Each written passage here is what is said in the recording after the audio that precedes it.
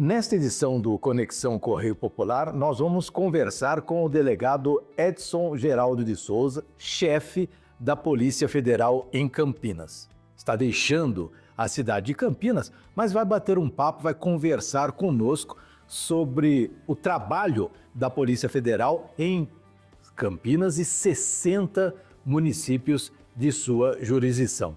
Ele está aqui para falar com a gente.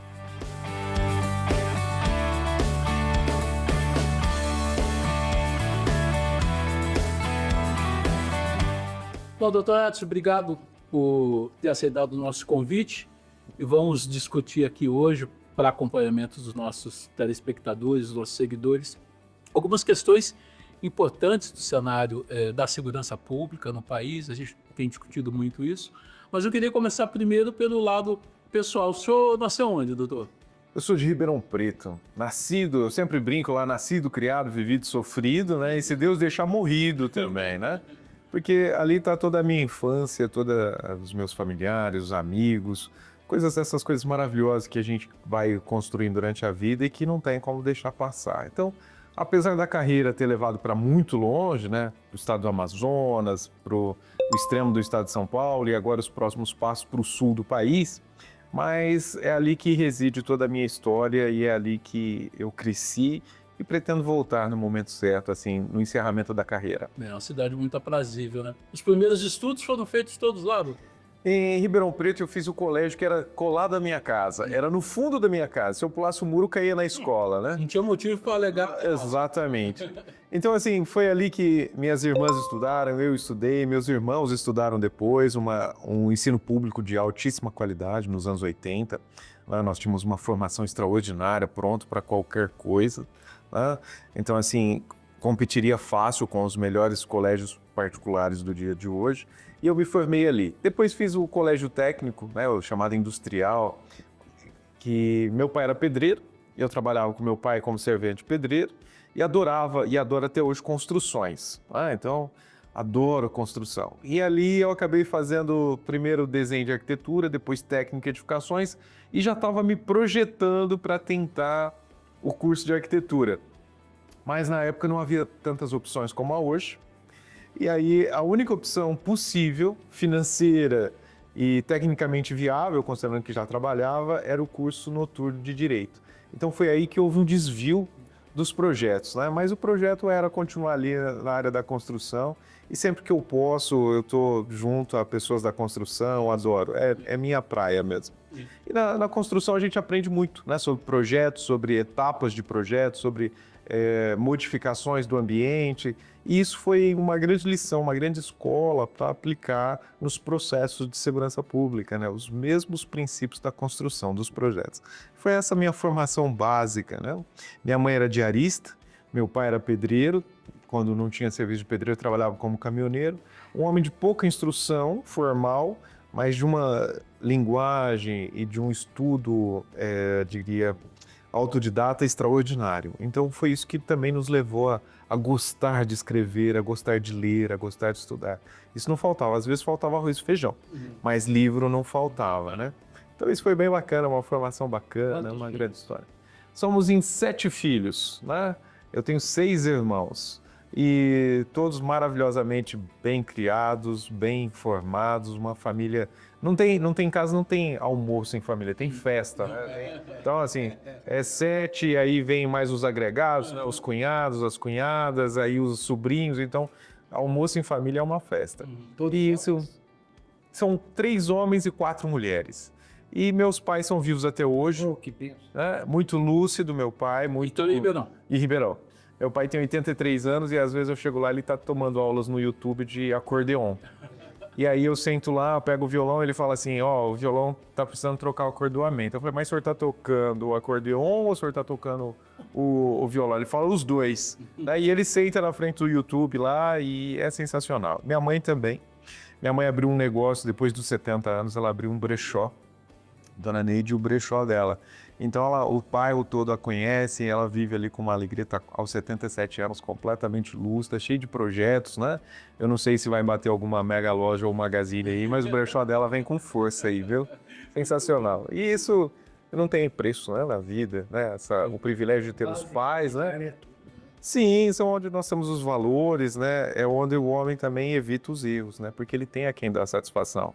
Então, hoje, quando nós vemos o despedaçamento das famílias, nós sabemos que as pessoas não têm ali a quem dar satisfação. Então, sempre que nós vamos praticar um ato, a gente tem como meu pai encararia isso, como minha mãe encararia isso, o que eu diria para os meus irmãos se eu não fizesse isso. Então, esse valor moral, essa referência é muito importante. E agradeço a Deus esse privilégio de ter meus pais até hoje, de forma lúcida, saudáveis, né? Se eu chegar lá com essa condição igual do Vargas, assim, ó, foca do crime de Caim e Abel, né? Nós já sabemos, tal. Então, assim, será um grande privilégio para mim, pessoalmente, também. Ótimo. O senhor conheceu, desculpa, Não, vai. o senhor conheceu lá em Ribeirão, a Vila Virgínia, uma fábrica de papel? Sim, papel e celulose. Ítalo, não, era papel, indústria de papel Ribeirão Preto, do Marcelo. Aonde ficava? Ali tinha uma... A Vila Virgínia lá perto daqueles prédios residenciais. Deu Books. Isso. Sim, eu nasci e cresci ali perto. Sim. Né? Cresci. Marcelo é um grande amigo, ele perdeu a família, Sim. de carro, Perfeito, é isso mesmo. isolada de urna. Eu não sei se o prédio está de pé até hoje lá, se eu não me engano. Eu acho que está. De família, E isso, pai dele. eu passo lá perto com frequência, né? Até hoje. Que bacana. Ali a Vila Virgínia era um dos bairros, assim, tinha a Vila Tibério, né? Que era o bairro mais nobre, né? O Campos Elíseos. Ali a Vila Tibério, onde ficava o Botafogo e tal. Então todo mundo era botafoguense ali. O comercial lá perto do Castelo Branco. E a Vila Virgínia era periferia, né? Exatamente. Então, assim, a gente vivia ali na periferia, tem até hoje, tinha... Córrego que passa. Exatamente, tem a indústria, tinha a fábrica de coco, né? Que o pessoal de sábado, perto da feira, ia comprar água de coco lá, que era uma grande alegria e tal. E era um bairro desses bem provincianos, bem pacatos dos anos 70, dos anos 80, né? Mas existe um bairro até hoje tem muito mais vigor, cresceu, né? A cidade engoliu a Vila Virgínia, mas era muito famosa a indústria de papel ali, tinha a indústria de papel, a fábrica de coco, tinha a feira, né? Tinha o Del Books que estava nascendo naquela época em que estavam começando os conjuntos habitacionais verticais, né? Era muito Eu cheguei a bacana. desenvolver com o Marcelo a possibilidade de ir lá na fábrica. Ele fazer a mudança para um outro local e na fábrica montar um shopping. E isso, a fábrica é bem grande ali, bem bonita, atrás de uma mata. E depois veio, inclusive, o Ribeirão Shopping, que foi o primeiro shopping ali de Ribeirão Preto. Veio bem perto, veio um pouco mais ao sul da cidade. E depois veio o Iguatemi, agora recentemente. E ali se tornou uma área muito desenvolvida, muito bonita. Desculpa. Não, Perverter. não, de forma nenhuma, faz parte da minha infância ali, a gente cresceu ali. Da infância, o senhor falou da escola. O senhor lembra o nome da escola? José Pedreira de Freitas, Escola Estadual de Primeiro Grau, José Pedreira de Freitas. Ali eu tive grandes mestras, grandes professoras, né? Professoras assim que estavam realmente dedicadas. Havia um outro momento da educação, um momento extraordinário, nos anos 80 ali.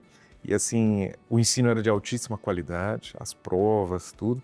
E nós saímos muito bem formados. E havia um incentivo por parte dessas professoras ao desenvolvimento dos alunos. Então foi ali, por exemplo, que eu comecei a lidar com literatura. Tinha o apoio da professora Etelvina, conhecida como professora Etel. E a professora Etel viu em mim um potencial escritor, me inscreveu em concurso de literatura, ganhei alguns, né? Ela me levava pessoalmente, ia junto comigo. Então, assim, tempos maravilhosos de boa formação, de uma formação sólida e que trouxe grandes resultados, né? Então, era uma periferia, uma escola pública, várias, tinha os jogos interescolas, né? Que eram competitivos, eram extremamente... havia um acirramento ali entre as escolas nos campeonatos de voleibol, de basquete, era sensacional. E ninguém se misturava, né?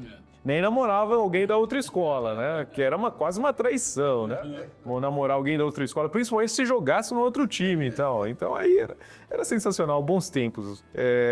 Guardo com muita alegria e por isso que eu falo que se eu puder, volto a Ribeirão Preto para ali encerrar a minha existência nessa terra aqui. Agora, doutor, o senhor falou do direito, foi daquela ocasião, foi muito mais uma oportunidade que uma vocação, né, expressa. Mas o senhor já se encontrou no curso, logo que começou a fazer o direito? Olha, oportunidade eu não diria que a palavra é certa, né? Eu diria que era... Porque oportunidade leva para opção, né? E na verdade foi falta de opção. Eu queria fazer arquitetura, na época tinha o Moura Lacerda, né? Que era uma faculdade de formação bem forte e não havia recurso para isso. Então, o único curso que eu consegui uma bolsa de estudo era Direito à noite. Então, o pessoal criticava muito, é mais um pobre que vai fazer o curso de Direito noturno, né? Assim, e havia muitos, nós começamos em 100 a turma, terminamos em menos de 30 o curso final, né? Isso era muito comum. Mas eu me formei na Universidade de Ribeirão Preto, hoje muito competitiva, muito de altíssima qualidade. E eu me formei ali porque era o único curso que eu consegui uma bolsa de estudo, que na época era o crédito educativo, né, o Creduc, e não o FIES, nem os sistemas de bolsas que tem hoje. E foi com essa bolsa, e eu lembro que era tão difícil que eu mal conseguia pagar os 20% que competia ali como aluno. Então tinha 80% que era do crédito educativo e 20% que era o aluno quem bancava. Mesmo assim, eu tive que vender todas as coisinhas que eu tinha, que eram pouquíssimas, para poder bancar aquele final de curso. E foi aí que eu me formei. Durante esse tempo, trabalhei de balconista, né? Lavava quintal, fazia qualquer coisa. Na época a gente comprava telefone, linha telefônica. Investimento. Como investimento, tinha pessoas que alugavam, né? O dia que instalaram um telefone na minha casa, um telefone fixo, aquilo foi... E declarava no imposto de renda, né? Era uma linha fixa.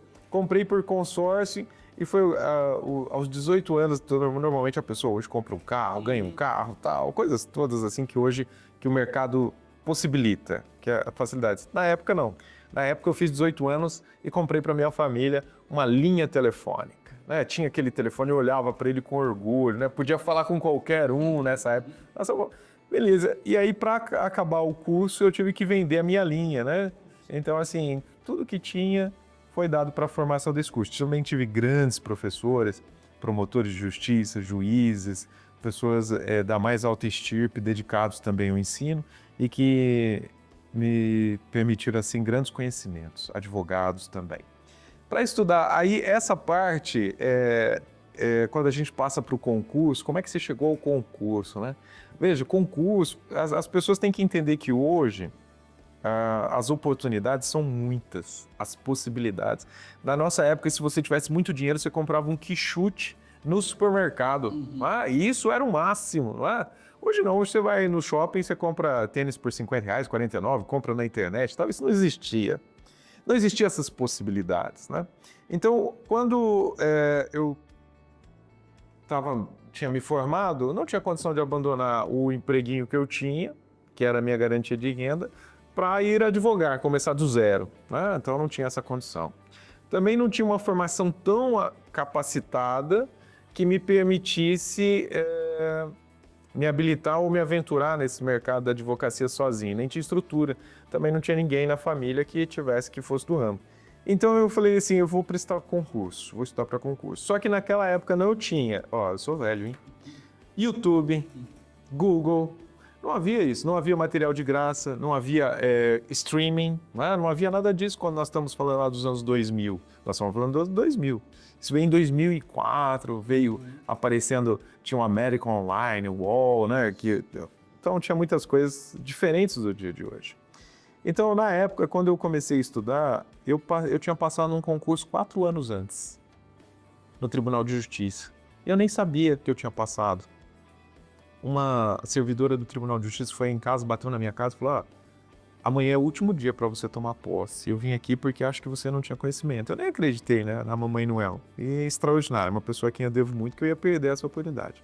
Entrei no Tribunal de Justiça como escrevente na época e, mesmo assim, não tinha recursos suficientes para poder estudar naquela época. Então, como é que eu estudava? Eu estudava pela sentença do juiz, eu estudava pelas petições dos grandes advogados, estudava pelo material que eu ia coletando. E aí o pessoal, essa é uma história muito boa que eu já contei em alguns podcasts, que eu estudava sem material.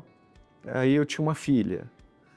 morava de favor, não estava fechando as contas. Não tinha YouTube, não tinha Google, não tinha streaming, tal, não tinha como pagar um cursinho, porque na época os grandes concurseiros, quando você queria ingressar na magistratura ou no Ministério Público, você tinha que ir para São Paulo, fazer os cursos em São Paulo, Damásio e assim por diante, né? É uma época muito diferente. E, obviamente, eu não tinha condição de abandonar meu núcleo familiar e principalmente a minha filha. Então eu comecei a estudar dessa forma, preparar o meu próprio material e atualizando no que passava pela minha mão. O seu trabalho virou material pedagógico também. Aí, óbvio que o pessoal falou, você não vai passar nunca em concurso, você vai passar isso, não tem condição. Aí eu falei, não, tudo bem, não custa tentar, né? Nós não vamos perder por WO, né? Vamos perder podemos perder de goleada, mas não por WO. E aí eu comecei a estudar dessa forma e comecei a ficar muito cansado, porque trabalhava, cuidava da filha, tal, cuidava da família, tal. E aí teve uma conversa que eu guardo com muito carinho. Eu estava sentado no corredor do fórum, cansado, muito cansado, porque eu não estava dormindo já, né? E aí uma amiga disse assim, Ed, você não vai passar no concurso, você está se matando à toa. Por que você não busca outro caminho? O concurso já era para a Polícia Federal? Não, era para magistratura, mas prestei para o Ministério Público, que aparecia, né? Chega uma hora que não tem escolha, não é oportunidade, não é opção, é o que aparecer e a gente vai. Bom, enfim. Ela falou assim, você não vai passar nesse concurso, porque deixa eu te falar uma coisa. Você está aqui trabalhando, você está aqui estudando, cuidando da sua filha, você não tem o melhor material, o pessoal está em São Paulo estudando 24 horas por dia, bancado pelo pai, fazendo cursinho, você não tem a menor condição. Deixa eu te explicar, ela falou uma frase muito boa, que eu dou essa frase como aulas de incentivo várias vezes para as pessoas. Ela falou, você é um ratinho, entende? Você é um ratinho, os caras são leões, né? E são muitas as histórias entre ratinhos e leões, né? E eu não levei aquilo a mal, eu levei que ela tinha bondade no coração. Eu falei assim, não, tá bom, beleza, tá certo, é verdade isso. Vamos admitir a verdade, né? Não vamos tapar o sol com a peneira. Mas continuei estudando, tomei linguagem de concurso, sempre tomei pau em 8 concursos, da magistratura, do Ministério Público, da Justiça Federal, ficava por um ponto, já estava um ponto de bala. E um dia, no corredor do fórum tinha um papelzinho grudado, concurso da Polícia Federal. Eu nem sabia em 2004 o que era a Polícia Federal, a verdade é essa. E aí eu cheguei, olhei aquele papel e um amigo meu que estava prestando concurso falou, Edson, eu vou a São Paulo, eu vou a Campinas. Eu vou a Campinas prestar esse concurso. Eu estava em Ribeirão, ele falou assim, bora, vamos. Tá? Que ano que é? Nós estamos falando de 2004. E aí em 2004, em julho, eu vim aqui prestar, aqui em Campinas, vim prestar o concurso da Polícia Federal. Né? Tinha o... E eu cheguei na porta da... Não lembro se era a PUC ou Unicamp, eu acho que é a PUC. E tinha na época um barzinho na frente lá, e aí o pessoal todo preparado para a prova. Eu sentei e falei assim... O cara do barzinho, me dá uma cerveja. O pessoal falou, você tá louco? Tu vai entrar pra prova? Eu falei, não, me dá uma cerveja aí. Tava cansado já. Tomei uma cerveja gelada, Skol, desceu que era uma maravilha. Eu falei, me dá mais outra. Os caras falaram, você vai entrar sem condição pra prova. Eu falei, não tem problema. Tomei a outra. Ninguém quis tomar, obviamente, concurseiro, todo mundo sério ali. Eu falei, tô pronto pra prova. Aí, não tinha caneta. Esse concurseiro, seguinte... Não tem caneta? Beleza, é um concorrente a menos, né? Não é verdade? Porque 100 mil candidatos naquela época, né? E aí eu pedi para um, pedi para outro, perguntei pro cara do bar, caramba, mas você mora aqui, você trabalha aqui na frente, e não tinha aquele cara do tabuleiro que vende os tops, tal, caneta, tal. Acho que é até por causa da distância. Mas enfim, um cara lá, eu não lembro quem, me arrumou uma caneta Bic quebrada, sabe? Sabe o cara? Igual a sua, quebrada com o tubinho para fora, meia caneta. Ele falou, tem essa aqui, se você quiser. Eu falei, tá bom, pra mim tá bom. Aí eu peguei a caneta e disse assim, é com você mesmo. E sentei lá, a prova hoje é Sebrasp, na época era o CESP, né? A CESP, o CESP. E aí a prova é o seguinte, a prova até hoje é assim, são 120 questões, para cada questão que você errar, você perde uma certa, anula uma certa. Né? De forma que o candidato não possa chutar, né? E as questões são bem complexas. Eu falei, ok. Respondi, fiz a prova tranquilo, voltei e tive a grata satisfação de saber, depois de um tempo, que eu estava entre os 120 primeiros bem colocados da prova. No universo de 100 mil. No universo de 100 mil, que na época tinha a prova de regional e nacional, né? Então, Tava 100 mil candidatos total, todo mundo concorrendo. Na época era 300 vagas, se eu não me engano. Mas não era só isso, a prova não é só isso, né? A prova tem a parte dissertativa, tem a parte psicológica, tem a parte exame médico, e aí é uma história bem longa que é divertida porque eu me dei mal em todas as partes, a ponto de chegar a ser excluído do concurso. E depois que você passa por tudo isso, a prova da Polícia Federal você tem para a Academia Nacional de Polícia, você passa de 3 a 5 meses, de acordo com o cronograma que tiver em andamento, e você tem que passar por mais 40 provas aproximadamente, né? E não pode tirar menos que 6, tal, senão você é reprovado. Tem as provas, tem os TAFs, são 3 TAFs lá, e você vai colecionando pontos. Eu fui desligado, sofri um acidente, fui desligado. Foi muito complicado alcançar o final desse concurso. Mas ao final da prova, estava eu muito bem colocado, e 9, considerando o tamanho do Brasil... Esse fato aí do desligamento. Você quer saber isso aí, senhorito? Esse aí, então vamos lá, eu conto. O leitor vai querer. Eu conto para vocês, é bem complicado. Quando eu passei na prova, primeiro se apresenta os exames médicos. E aí eu apresentei vários exames médicos, né? Coração, cérebro e tal, e os caras fazem um check-up total, bem severo mesmo. Porque policial ele precisa de uma condição física excepcional. Então não pode, e tem que saber se tem alguma doença oculta, tal, até porque o treinamento é muito intenso e você tem que ter certeza que a pessoa está nas melhores condições para passar pelo treinamento. Beleza. Fiquei esperando o resultado da prova. Não saiu. Meu nome não saiu. E aí veio a informação de que eu não tinha entregue os exames médicos. Alguma coisa aconteceu no meio do caminho, né? Fui desligado. Aí entrei com recurso, apresentei o recibo dos coisas, aí fui aceito. Aí depois de mais algumas semanas saiu meu nome, ok? Beleza? Entrei, consegui passar nisso. Cheguei na Academia Nacional de Polícia, uma semana depois todo mundo... Pô, nós somos feras, nós somos bons demais, 50 mil candidatos nacional, 50 mil candidatos regionais, nós estamos aqui e tal, não sei o quê. Vamos nessa prova, vamos fazer um churrasco. Ah, vamos fazer um churrasco. E fomos pro churrasco. E eu sofri um acidente no churrasco. Eu caí e quebrei o rosto de fora a fora aqui com o afundamento do malar. Uma queda que eu bati no chão, perto da piscina. E aí eu não conseguia mastigar e também não conseguia, abriu uma fissura no osso, né? E eu fui pro médico no hospital em Brasília e o médico falou, ó, só tem um jeito, nós vamos ter que abrir seu rosto, puxar, amarrar tudo e você vai ter que ficar um tempo de molho. Eu falei, quanto tempo? Aí o médico falou assim, uns 6 meses, 1 ano. Eu falei, não, eu tô na Academia Nacional de Polícia. Ele falou, não, pode esquecer, não existe na literatura médica ninguém que tenha passado por uma situação dessa que possa se recuperar sem cirurgia, não tem como voltar ao normal. Eu falei, tá, beleza. Saí, voltei para a Academia Nacional de Polícia e falei assim, bom, sabe uma coisa? Não vou falar para ninguém. Só que ele falou assim, ó, que você tá aberto aqui, né? A fossa nasal tá aberta e se você tiver entrar água, essas coisas, você vai se complicar. Pode dar uma septicemia, pode dar... Tá bom.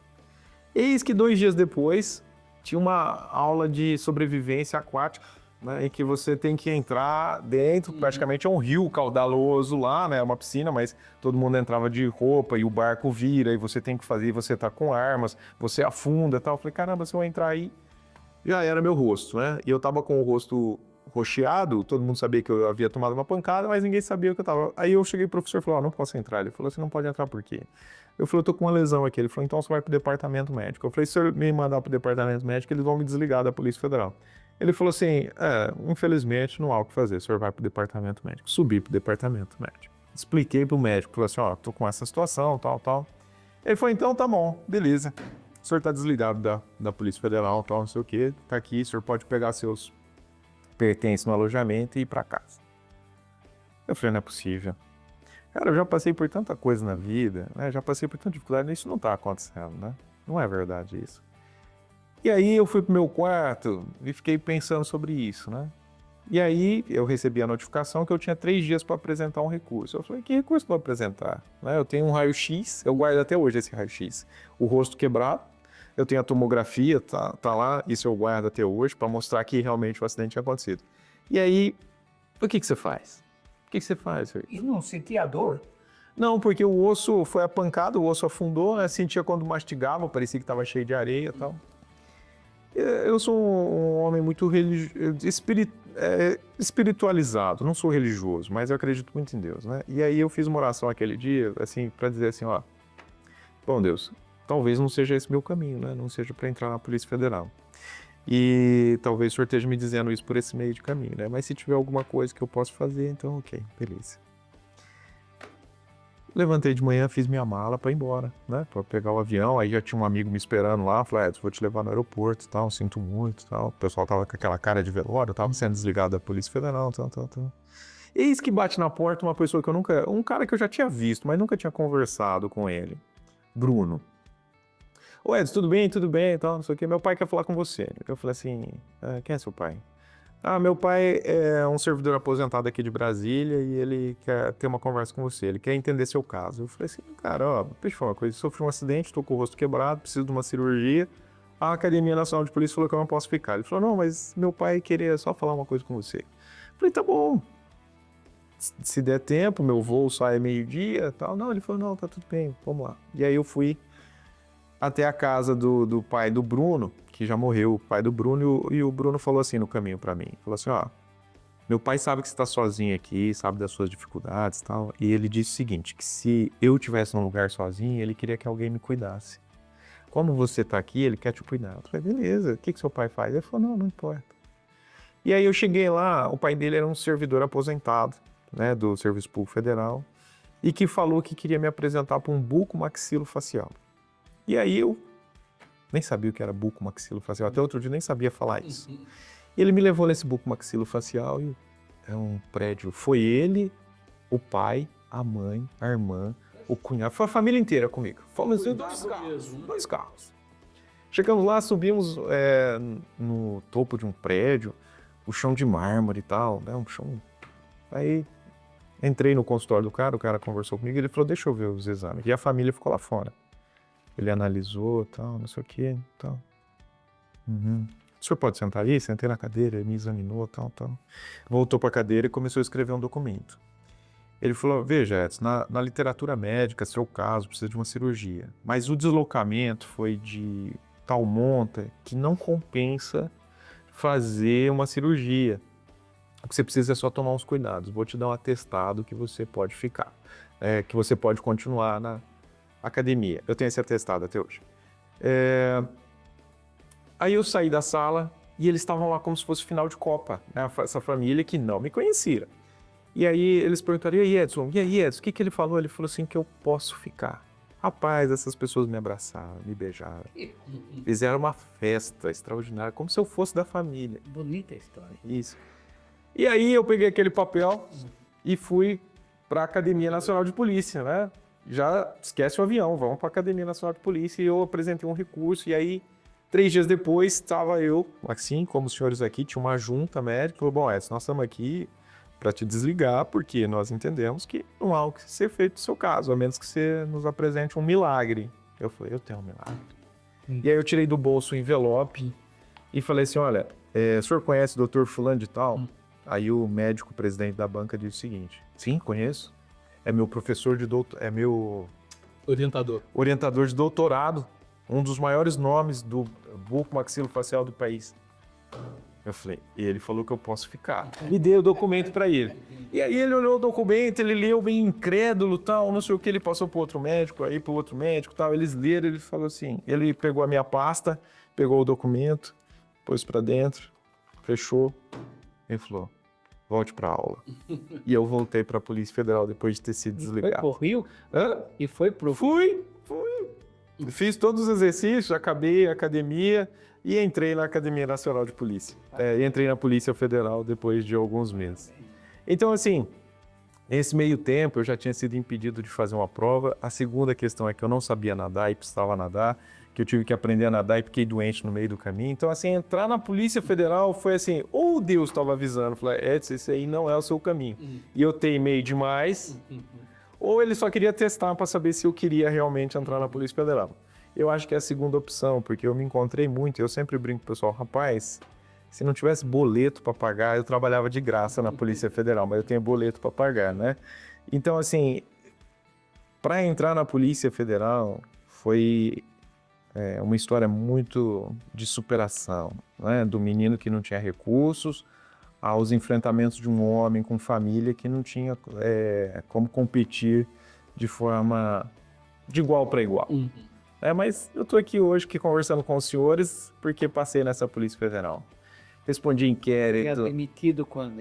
Em 2006, né? Em 18 de dezembro de 2006 eu ingressei na Polícia Federal. E estou, agora 18 de dezembro, completo 19 anos e no ano que vem 20 anos, que é o tempo já praticamente da aposentadoria, né? Porque eu tinha muito tempo antes, trabalhava antes já. Então hoje a idade mínima para quem vinha no momento da emenda constitucional são 53 anos, né? Então eu estou bem próximo já de completar isso. Se eu penso? Não, só falta 1 ano, 2 meses e 4 dias e eu nem tô contando. Não, brincadeira, mas é o seguinte, é muito saudável a oxigenação. A Polícia Federal é uma instituição muito jovem, né?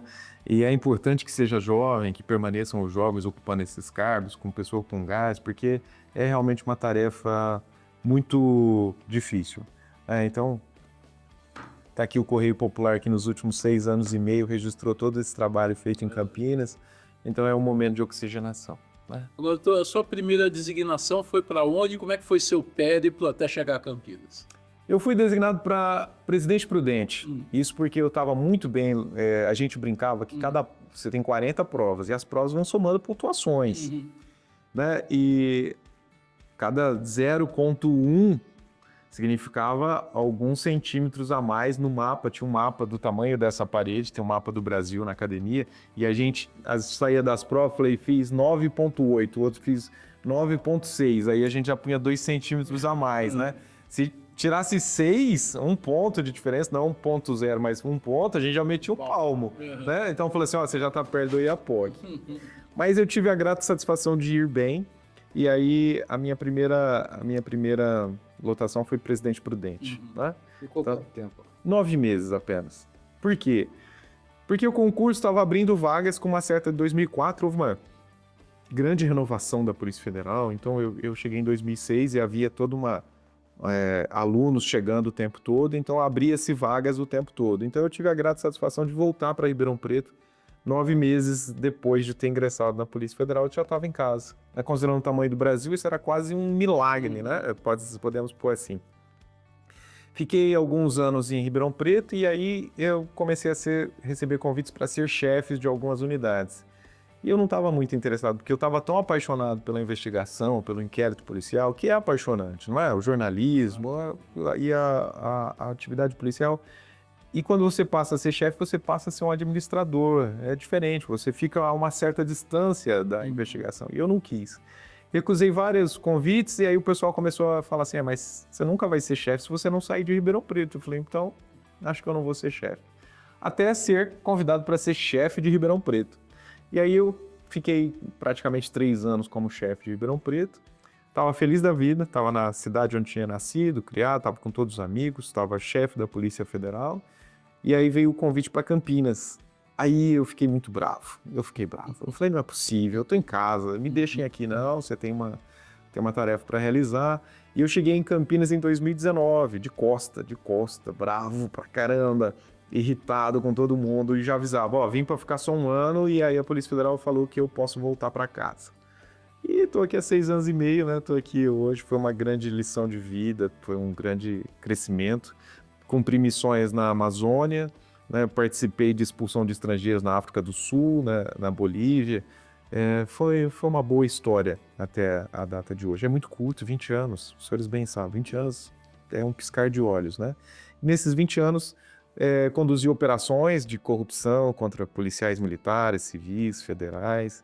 Também participei muito ativamente da construção da comunicação social da Polícia Federal. Em 2010, nós tivemos o primeiro encontro dos comunicadores sociais da Polícia Federal no sul do país. e foi muito bacana, porque a gente estabeleceu diretrizes, né, que viriam a ser consolidadas durante todo esse tempo. Essa Polícia Federal que se conhece hoje, ela nasceu em 2004, com as grandes operações, Operação Lynx, Operação Anaconda. E essa roupagem de operações, de visualização, que hoje vários outros órgãos realizam, nasceu ali com a Polícia Federal em 2010. Nós formatamos a ideia de como seria essa comunicação, né?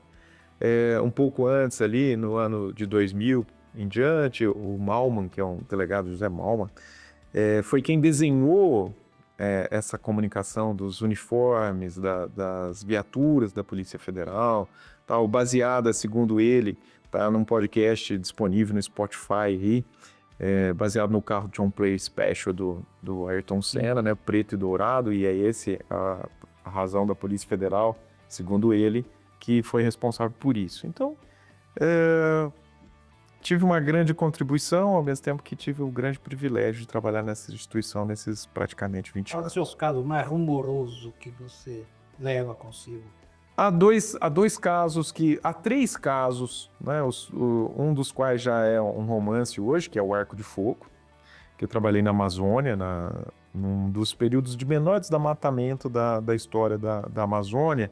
Foi um período que houve uma operação de 2008 a 2012 da Polícia Federal, junto com o IBAMA, junto com o ICMBio e com a Força de Segurança Nacional, que nós fazíamos uma força-tarefa dentro da Amazônia, mapeada por satélite, e que nós não só rastreávamos ali o desmatamento, mas nós também rastreávamos a destinação das madeiras, né? E fazia também uma inspeção policial junto com os órgãos administrativos das reservas ambientais. Então, quando você vê o índice de desmatamento, você vai ver que de 2008 a 2012 foi o menor desmatamento que existia essa força-tarefa gigantesca na Amazônia. E eu tive a oportunidade de trabalhar nela e gerou o romance chamado Arco de Fogo, Base Santarém. Um romance que fui convidado até pela Universidade do Porto para palestrar na Casa Mundo em razão desse trabalho que foi feito, desse romance que foi publicado. Ok, um dos casos.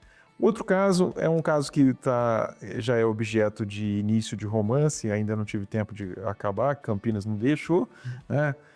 Que é a Operação Cassino, e que mostra como que esses núcleos criminosos voltados a pequenos delitos, como por exemplo a exploração de máquinas caça-níqueis, vão corrompendo uma cidade até dominar totalmente a cidade. Naquela época, em 2010, quando eu coordenei a Operação Cassino, já tinha contaminado a Polícia Militar, já tinha contaminado a Polícia Civil e estava contaminando a Polícia Federal. Ainda era muito pouco a contaminação, mas como nós tínhamos vindo da Operação Lince de 2004, que havia prendido 3 delegados federais, para nós era muito caro a nossa imagem ser novamente afetada pelo crime. E então nós fizemos a Operação Cassino, mais de 60 alvos, tal, e interrompemos ali uma organização criminosa que crescia vertiginosamente dentro das instituições de segurança pública, como aconteceu no Rio de Janeiro e em outros locais que não tiveram o combate no momento certo. Então isso é uma coisa que vai ser objeto de romance, a Operação Cassino. E em Campinas, eu vim para cá e eu lembro da reunião na Superintendência em São Paulo. Havia 2 projetos ligados. O primeiro, esclarecer o roubo de 2018 em Viracopos, né? Isso era uma missão da Polícia Federal. E a segunda era evitar novos roubos. E quando a gente estava em 2019, cheguei em março de 2019, a gente estava preparando o aeroporto com um novo sistema de segurança, um novo tipo de treinamento, uma nova visão, e estava esclarecendo, e já estava com uma operação Overload, que veio em 2020 para acabar de vez com o que estava acontecendo no aeroporto de Viracopos. Lembrando que nesse período 2019, 2020, 2021, nós tivemos a pandemia. Em 2019, outubro de 2019, quando nós estávamos quase festejando já o prosseguimento da Operação Overload, que prendeu 35 pessoas, um dos alvos dessa operação pegou 113 anos de prisão. Quando nós estávamos progredindo nisso, nós fomos surpreendidos com o roubo de 2019, né, que fechou a cidade, fechou as rodovias, teve confrontos, 3 mortos e assim por diante. Então agora nós caminhávamos com o roubo de 2018 e 2019. Quando nós caminhávamos com esses 2 roubos e nós já havíamos identificado 2 dos principais participantes do roubo de 2018, eles foram executados na rua de Campinas. Os 2 foram executados, né, em momentos diferentes, que era uma queima de arquivo porque a Polícia Federal estava progredindo muito. Então nós tivemos uma ruptura na investigação porque nós não tínhamos nada além desses 2. No entanto, aí nós iniciamos um novo inquérito, né, baseado no follow the money, que é siga o dinheiro.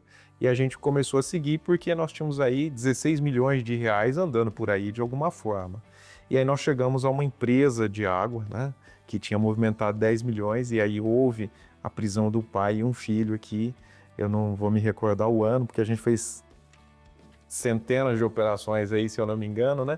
Então, assim, Campinas deu um pouco de trabalho até chegar nesse momento em que nós podemos dizer que é uma unidade de excelência em crimes financeiros, lavagem de dinheiro, tráfico de drogas, roubo de cargas, crimes cibernéticos, fraudes eletrônicas bancárias e crimes de violência sexual infanto-juvenil pela internet. Então, hoje é uma unidade completa, bem estruturada, e ela em si, Campinas em si, é um caso gigantesco de êxito da Polícia Federal frente à sua atividade de segurança pública. Como foi construir isso, doutor? Quer dizer, imagina que o seu staff, você deve ter uma confiança máxima nesse staff para trabalhar, mas como foi construir isso? Porque a minha memória, não sei se é a do Vargas, a gente não tinha essa expressão e nem esse alcance da Polícia Federal local. Como é que foi construir isso ao longo do tempo? A primeira frase é: quem não é visto não é lembrado, não é verdade? Então, assim, primeiro, nós tínhamos não só que reconstruir a delegacia de acordo com as diretrizes da Polícia Federal, mas nós também tínhamos que torná-la transparente, né? Nós tínhamos que permitir que as pessoas vissem o que estava sendo feito. Então, foram 2 trabalhos concomitantes. Primeiro, a seleção de equipe. Segundo, colocar as pessoas certas no lugar certo. Terceiro, a revisão de processos, né? Tornando-os eficientes, tornando eles extremamente eficazes também. Treinamento absoluto das equipes, estruturação de recursos, melhor relacionamento interinstitucional com o Ministério Público Federal, com a Justiça Federal. Eu tenho que dizer para os senhores que quando nós iniciamos esse processo estava bem esgarçado essas relações, uma certa desconfiança dos 3, né, em relação ao que cada um estava fazendo ou como estava fazendo. Houve uma aproximação da Justiça Federal, que eu tenho que deixar registrado aqui, a 1ª e a 9ª Vara de Campinas, dirigidas por mulheres anteriormente, continua sendo dirigido por 2 juízas, são as mais rápidas que eu já vi no Brasil, as mais eficientes e também, assim, as mais técnicas que eu realmente conheci durante toda a minha vida na Polícia Federal.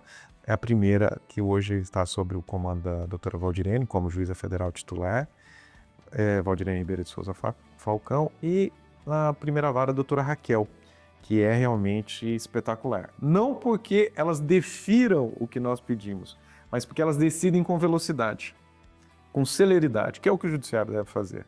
E o Ministério Público Federal extremamente atuante também. Houve uma reestruturação no Ministério Público Federal. Houve uma reorganização da nossa relação com a Receita Federal. Houve um realinhamento com a ABV, né, o Viracopos. Também uma aproximação muito forte com a Polícia Militar, um trabalho bem concatenado ali com a Polícia Civil e principalmente a Guarda Municipal de Campinas. Então houve toda uma reengenharia das relações, uma reestruturação, uma reinserção da Polícia Federal como órgão de inteligência. Nós trabalhamos muito na segurança de Viracopos, porque era uma fonte de problemas. Os senhores estão aqui no Correio Popular, que nunca deixou escapar nada, então os senhores devem lembrar dos roubos a Viracopos, também dos roubos na rodovia, que já eram, completando 2019, foram 4 roubos dentro do sítio aeroportuário, 4 roubos nas rodovias de cargas que tinham saído do aeroporto de Viracopos. Então, a região tinha um centro de riqueza, de distribuição, de logística, que era o aeroporto de Viracopos, extremamente fragilizado. Então, tudo isso nós fizemos. Hoje, o aeroporto de Viracopos, nós tivemos mais de 70% de queda no tráfico de drogas, né, por passageiros, que praticamente tornou-se impossível, não impossível, mas muito difícil. Então, nós temos uma reestruturação enorme com equipamentos de segurança de primeiro mundo, né, únicos no Brasil, que agora também serão instalados em Guarulhos. Nós temos 2 unidades, uma de repressão a crimes e outra unidade de inteligência dentro de Viracopos. Nós temos uma unidade de repressão a crime de roubo de carga, que é a única no Brasil, né, que fez aí, nos últimos 3 anos e meio, 20 operações, recuperou milhões de reais, deu uma queda gigantesca. Então, a estruturação disso era passo a passo, ok? Nós já somos capazes de montar essa unidade, ok? Deixava essa unidade funcionar, verificava se sobrava alguém ali, se podia tirar alguém, se precisava pôr mais alguém naquela equipe, e aí depois nós partimos para outras. Nós fomos pioneiros na criação de grupos especializados. A Polícia Federal depois formatou isso numa instrução normativa como possibilidade. Então nós já tínhamos grupos especializados. O grupo de repressão a crimes financeiros ganhou 3 prêmios, né, da própria Polícia Federal. Era a primeira vez que uma delegacia de uma unidade não superintendência ganhava esse prêmio. Esse ano ganhou 2, né? Em 2021 ganhou 1 com a Operação Black Flag. Esse ano ganhou 2 com a Operação Taipan e a Operação Concierge, que são operações que vieram a trazer a lume o que essa Operação Carbono Oculto, a Tanque, a Quasar vieram a revelar em 2025, que era o uso de instituições financeiras techs, né, ou as fintechs, como uma forma de lavagem de dinheiro. Hoje o Banco Central está até regulamentando isso, né? Então, isso nasceu aqui, né? Nasceu dessas operações. Black Flag em 2021, Concierge em 2024, Taipan em 2024, que também chegou a revelar os casos das movimentações do caso Grisbate aqui. Então, nós começamos a dar apoio em outras operações de crimes financeiros em São Paulo. E hoje, o delegado que cuidava desse grupo, ele passou a ser o chefe da divisão de repressão a crimes financeiros do Brasil, em Brasília. Foi promovido a partir de Campinas. Nosso colega que cuidava de Viracopos, né, também foi outro, Brasília veio buscá-lo e ele se tornou chefe do Instituto Nacional de Identificação da Polícia Federal, que é o maior da América Latina, um dos maiores do mundo. E eu que agora também estou indo embora, né? Então, assim, Campinas se tornou uma unidade exportadora de mão de obra de qualidade para a Polícia Federal e deixou um legado extraordinário de estrutura, conhecimento. E, agora a frase que eu disse, quem não é visto não é lembrado. Não adiantaria nós termos feito nada disso, não teríamos gerado uma sensação de credibilidade e nem de conforto para a sociedade, de saber que alguém está trabalhando, né, se nós não tivéssemos essa proximidade com a imprensa. Né? Então, desde o começo, nós começamos a trabalhar, mudamos muito, a imprensa foi chamada para dentro da Polícia Federal. Eu atendia do estagiário, blogueiro, até os diretores de jornalismo de todas as, não só de Campinas, de São Paulo, mas de todo o Brasil. Então, ali, o que era possível revelar, né, o que era possível entregar que não estivesse sob segredo de justiça, todas as informações foram entregues de forma democrática. Ah, eu tenho um blog ali, eu tenho um perfil no Instagram que está voltado, tal, ok, você vai receber as mesmas informações que aquele programa dominical recebe e tal, e assim por diante. E isso permitiu alcançar todos os níveis de comunicação, né? Uma comunicação voltada, por exemplo, nós sabíamos que o Correio Popular, uma comunicação escrita, que não é em tempo real, ela vai trazer a informação no dia seguinte. Então nós sabemos que o jornal ele vai se apresentar não pelo furo, mas ele vai se apresentar pelo detalhamento. Então nós sabíamos que quando chegava um repórter do Correio Popular, a gente já sabia que ele queria, olha, tá bom, factual legal, todo mundo já deu isso, mas eu preciso entender mais da história. E aí é onde a gente começou a levantar dados estatísticos, comparativos, tal, que isso só vinha no jornal no dia seguinte. Quando nós íamos falar com o rádio, então tem uma outra comunicação, uma comunicação mais dinâmica, mais palavras mais visuais, então a gente participou de várias entrevistas e podcasts aqui. Quando ia falar com a televisão, nós precisávamos de um visual mais despojado, mais claro, né, mais limpo, com a explicação mais objetiva, já que o pessoal vai cortar, isso. Então você sabe que você tem que falar com uma linguagem mais rápida, né? Não pode ficar divagando, até porque se você falar muito, como existe essa oportunidade desse bate-papo, o cara vai ter dificuldade em editar, procurar qual que é a frase e tal. Então a gente falava de acordo com cada canal, a gente falava de uma forma própria, para que nós tivéssemos a maior inserção possível, a maior publicidade possível, com o objetivo único, transparência. Até porque o serviço público são 5 princípios, né? E um deles, né, a legalidade, a impessoalidade, a moralidade, e aí vem o 4º princípio, que é a publicidade. Olha, o serviço público não pode ser sigiloso, não é verdade? E outra, ninguém vai se inteirar do serviço público lá no Diário Oficial do Estado, da União, do município. A pessoa vai ligar a televisão e ela quer saber o que o órgão estatal está fazendo. E aí, eu tenho vários cursos que eu dou para o pessoal e eu falo assim, ó, você sabe quanto custa um minuto de jornal? Você sabe quanto custa meia página de jornal? Então, quando a estrutura jornalística vem até a porta da delegacia, eles estão fazendo um serviço à sociedade, eles estão fazendo uma atividade comercial e estão abrindo um espaço caro para nós. Então, se alguém tiver alguma reclamação que faltou informação, é porque não deu tempo. Mas todos os jornalistas, todos os órgãos de imprensa foram atendidos da melhor forma possível. Sábado, domingo, feriado, meia-noite, 1h, tal, né? O Vargas está rindo, porque não tinha... O pessoal falou, você não dorme? Eu falei assim, eu durmo. Durmo quando não está acontecendo alguma coisa. Ele falou, mas tem a hora que está acontecendo algo, não está acontecendo? Não, de vez em quando não acontece alguma coisa. Só de vez em quando. Eu queria até fazer um depoimento, doutor, e emendar numa pergunta sobre essa postura da Polícia Federal em Campinas desde a sua chegada, que, por exemplo, essa operação mais recente que mostrou a presença do crime organizado, um posto de gasolina, esse tipo de coisa, são coisas que nós já vínhamos adiantando, graças também com a sua colaboração, a sua reflexão. Então, isso surpreendeu muita gente, mas não a nós, que já acompanhávamos isso. Claro que choca, né, saber da presença do crime organizado na Faria Lima, por exemplo. Mas a gente já vinha acompanhando com a sua reflexão essas questões de, olha, o crime organizado está avançando, ele está ramificando para várias áreas, tal. Campinas é um local de muito interesse por causa da sua estrutura e tudo mais. E aí o que eu quero emendar na pergunta é, como é que a Polícia Federal, em conjunto com as outras forças de segurança, está se preparando para tentar inibir esse avanço do crime organizado, doutor? Sabe que é uma pergunta que eu sempre enfrento quando eu vou em palestra, pessoal, como o senhor vê o crescimento da criminalidade? E aí eu estava recentemente na Câmara Municipal de Campinas, e aí uma pergunta foi bem interessante. Qual é o papel da polícia?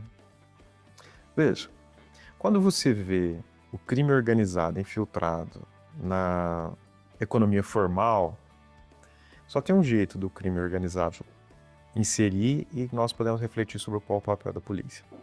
Na minha visão, não é a visão da Polícia Federal, estou falando a visão do Edson, isso é importante, porque na minha visão, qual é o papel da polícia? Nós vamos acabar com o crime? Não. Inibir, né? Nós vamos inibir, senhor Ítalo, eu acho também difícil, porque quem consome droga? Quando a gente fala em tráfico de armas, a gente sabe que existe o traficante de armas e a gente sabe que quem compra armas é o criminoso. Mas quando a gente fala em tráfico de drogas, nós sabemos que tem o traficante de drogas, mas não é possível que ele só venda para criminoso, ele vende para a sociedade. Então o traficante existe porque a sociedade é uma consumidor. Consome. O contrabando, o descaminho, porque todo mundo sabe que o cara da lojinha ali, ele vende coisa contrabandeada, descaminho, falsificada e assim por diante. Então, de acordo com a ONU, é impossível se eliminar o crime. O que elimina o crime é o nível de desenvolvimento de uma sociedade, certo? Então, a sociedade decide o quanto que ela tolera do crime. E o que faz o papel da polícia? A polícia mantém o crime em níveis aceitáveis, né? Eu não consigo acabar com o tráfico de drogas, mas consigo tirar o poder bélico dessas instituições. Eu não consigo acabar com o poder financeiro dessas instituições, mas nós conseguimos eliminar o máximo possível e eliminamos sempre. Ah, está enxugando gelo. Não, isso é um erro completamente. Se você vê como o crime organizado se infiltrou na sociedade e dominou comunidades, por exemplo, vamos citar um exemplo, Rio de Janeiro. Então você entende que você não pode deixar o crime organizado crescer porque ele toma conta, né, pela violência, pela força. Então o papel da polícia é manter em níveis aceitáveis o máximo possível, que não extrapole, para que a sociedade tenha tempo de evoluir e chegar ao ponto em que determinado crime não é mais desejado. Enquanto nós tivermos uma sociedade que não entende que uma rádio pirata é extremamente prejudicial, que o contrabando de cigarros alimenta o crime organizado, Então, cabe à polícia, a polícia não vai conseguir fechar todos os bares e tal, ela vai, nos maiores possíveis, vai tentar eliminar. Então, como que o crime organizado se infiltrou na economia formal? Porque alguém da economia formal aceitou receber um valor muito maior do que ele receberia, como é o caso das fintechs. As fintechs essas fintechs utilizadas pelo crime organizado, só tiveram êxito porque bancos formais, alguns bancos, aceitaram receber contas bolsões e fazer vista grossa para bilhões de reais que se movimentavam ali e não fizeram as notificações para o COAF, que existe um mecanismo para coibir isso. Então, o que nós temos é a inserção porque as pessoas tiveram o valor cultural de aceitar que aquilo, abriram as portas. Se você tentar abrir uma fintech legal num determinado banco, o banco fizer análise de risco, ele vai ver que aquilo é um negócio ilegal, ele não vai permitir abrir. E se você abrir uma conta e começar a movimentar valores, o banco comunica o COAF vai mandar suspender tudo aquilo e o banco suspende. Então, assim, a partir do momento que a sociedade não aceita a inserção do crime, ele não progride. Ele feito vice-versa, então, que fomenta o crime organizado. Isso. Agora, por exemplo, as mulas do tráfico em Viracopos. Quanto que eles pagam? Normalmente, eles pagam para essas pessoas ingerirem drogas de 20 a 30 vezes o salário de um mês que essa pessoa, a renda de um mês que essa pessoa tem. Então, assim, nós temos pessoas compráveis? Temos. Nós descobrimos numa das operações que tinha fila de pessoas para serem selecionados como mulas, num processo seletivo cada vez mais concorrido, né? Então, assim, é possível eliminar isso? Não, não é. Ó,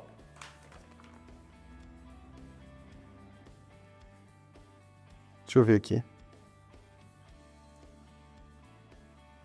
Veja isso.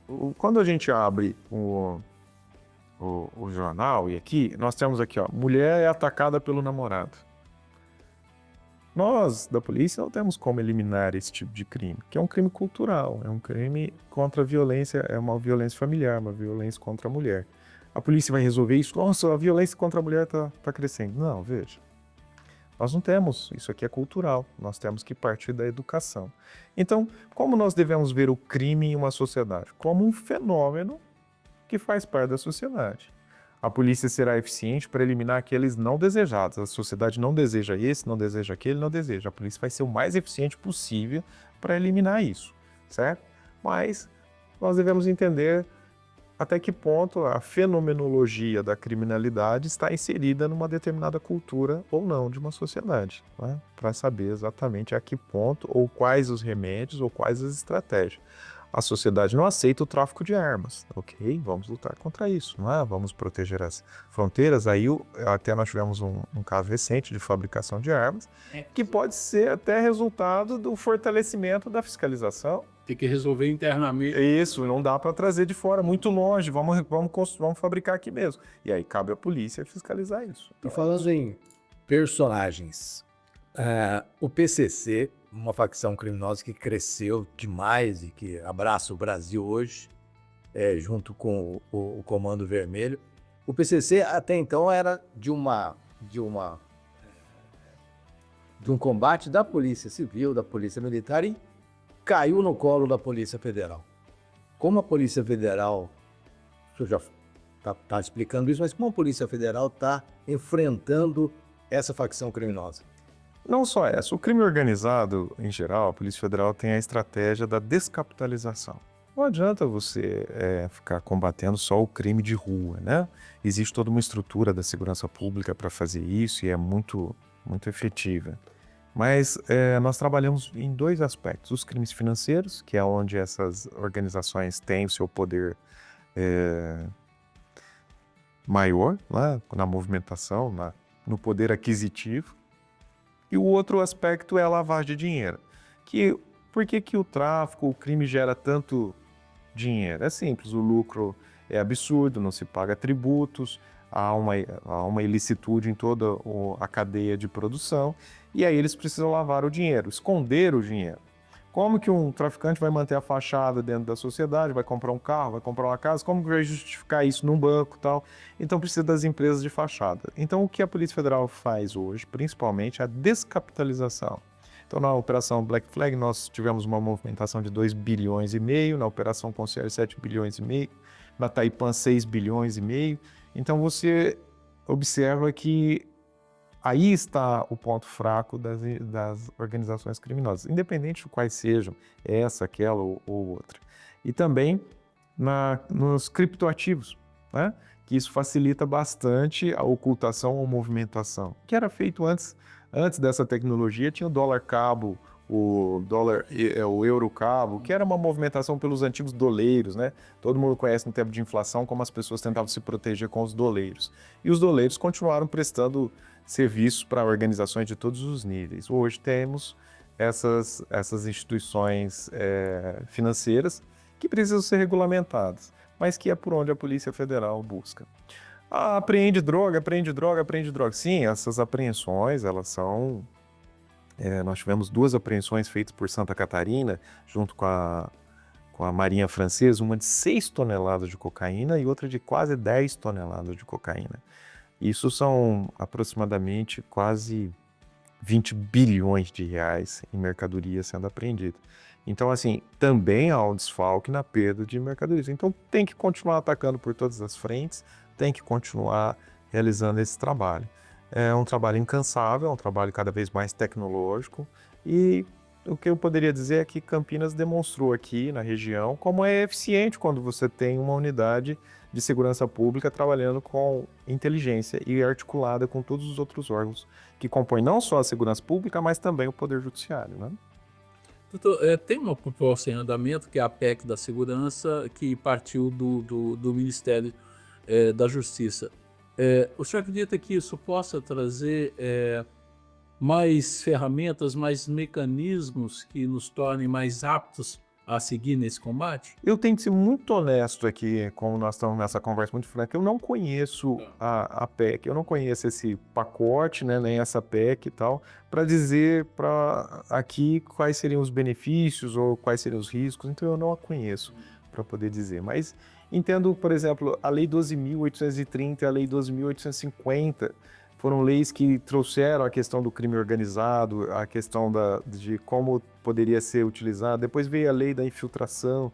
Então, quando o legislador traz instrumentos modernos e adequados para a polícia, isso ajuda muito. A Polícia Federal ajudou muito na questão da exploração sexual infanto-juvenil, quando nós fomos até o Congresso e dissemos, olha, essa lei não serve, é impossível combater o crime com essa lei, nós precisamos de uma reforma e tal. E aí tem o artigo 241A, 241B do Código Penal, que permitiu uma ação mais contundente, né? Senão você fica a ver navios, há muitos entraves legais, jurídicos que dificultam. E quando o legislador facilita para a polícia, isso também tem um resultado muito prático, muito imediato na segurança pública. Mas eu não vou dizer especificamente sobre essa PEC, porque eu não a conheço.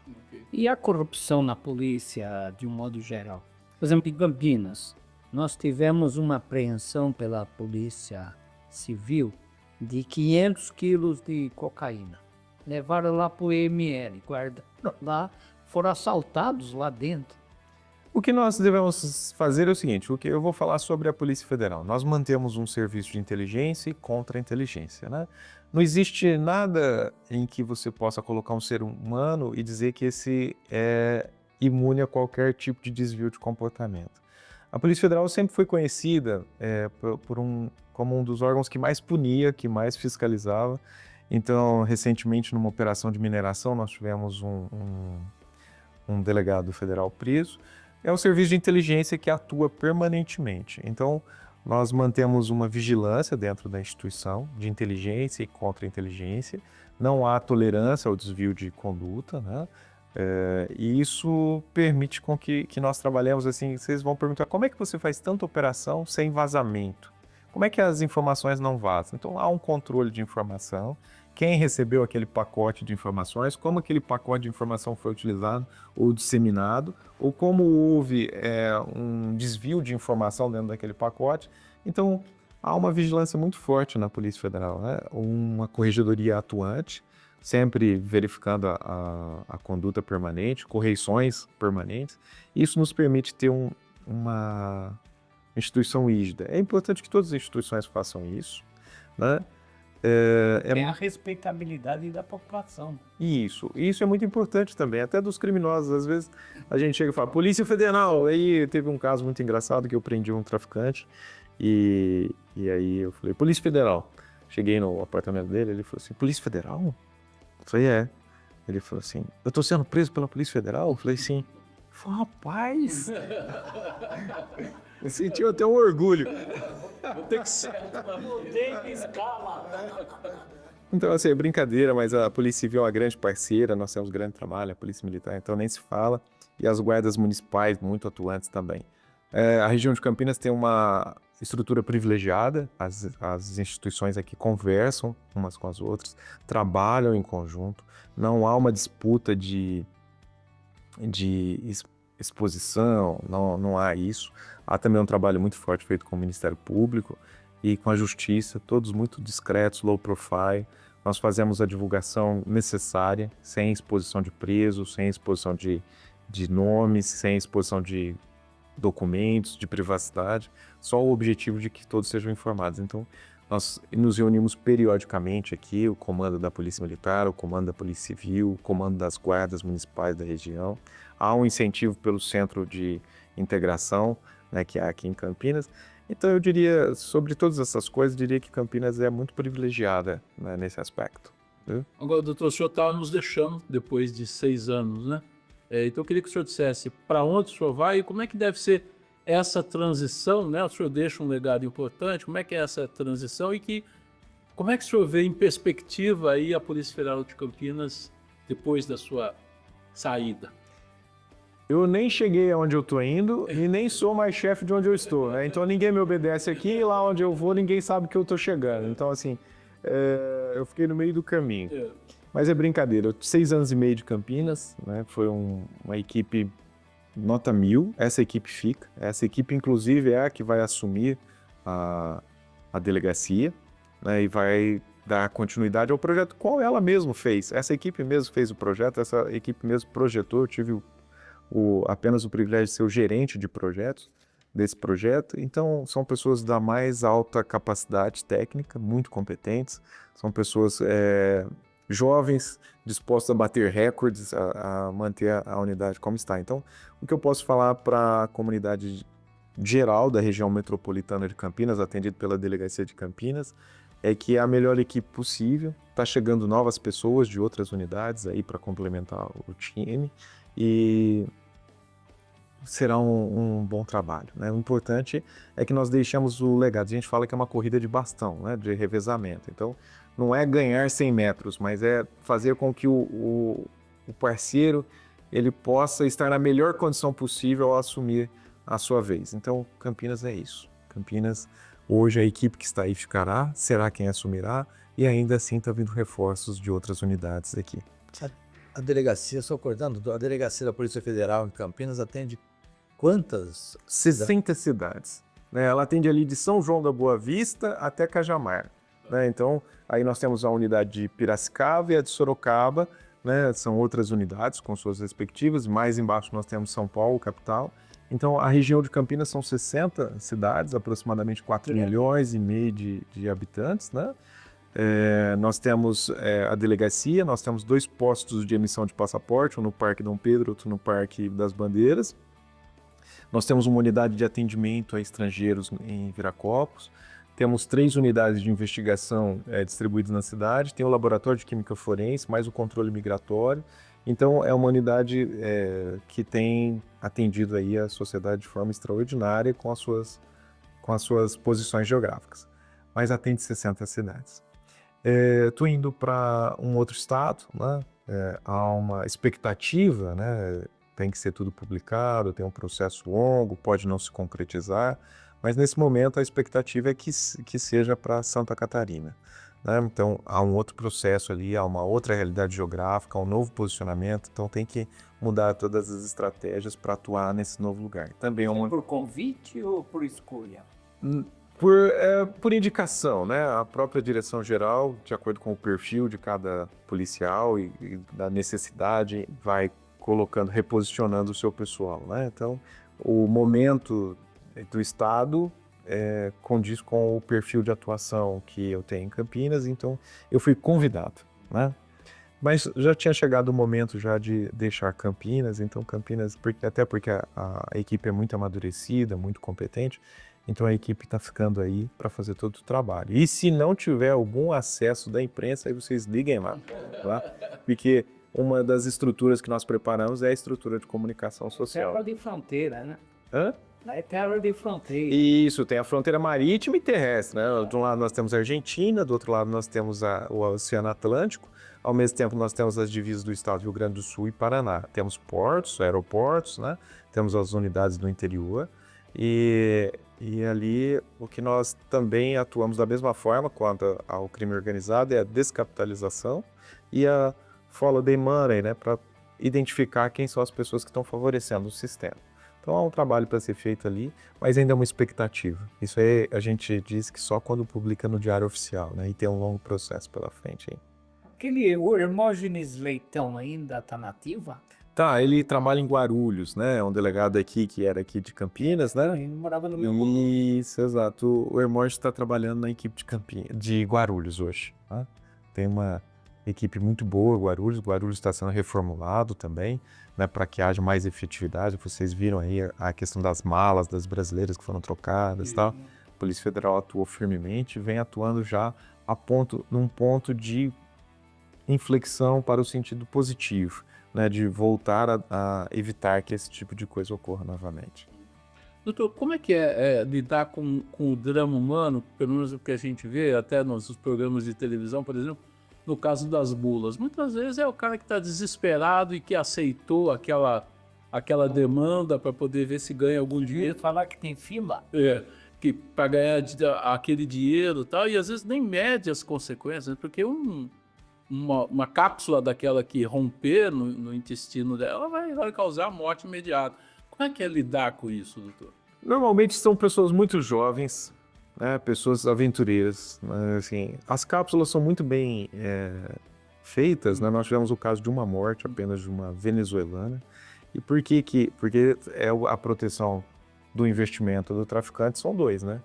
É a droga e a mala da droga, que é a mula, né? Que é o invólucro que ele estava mandando. Então, assim, são muito bem feitos. Os riscos são, se houver um rompimento de uma cápsula, por uma falha que seja, não há como salvar. Essa venezuelana, ela estava dentro do Hospital Mário Gatti, estava assistida por uma equipe médica e não teve como salvá-la, porque a quantidade de droga dentro do intestino é muito grande. Então, assim, é um risco de vida.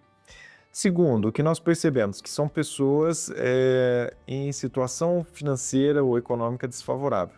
Então, há uma exploração. A pessoa vê numa única viagem de 5 dias, primeiro que ela vai fazer uma viagem para a Europa, com tudo pago. Segundo, que ela vai receber de 20 a 30 vezes a renda mensal dela em uma única viagem. Nós tivemos casos de mulas que confessaram já ter feito 3 ou 4 viagens. Não é fácil engolir essas cápsulas. Você tem um treinamento. Tem um treinamento, exatamente. Então, assim, o que nós vemos é pessoas, por uma questão de aventura ou uma questão de necessidade financeira, se habilitando, se candidatando a rifando a vida e a liberdade. A pena para o tráfico de drogas, ela varia de 5 a 15 anos. O tráfico internacional tem um aumento de 1 a 2 terços, então pode chegar até a 25 anos de prisão.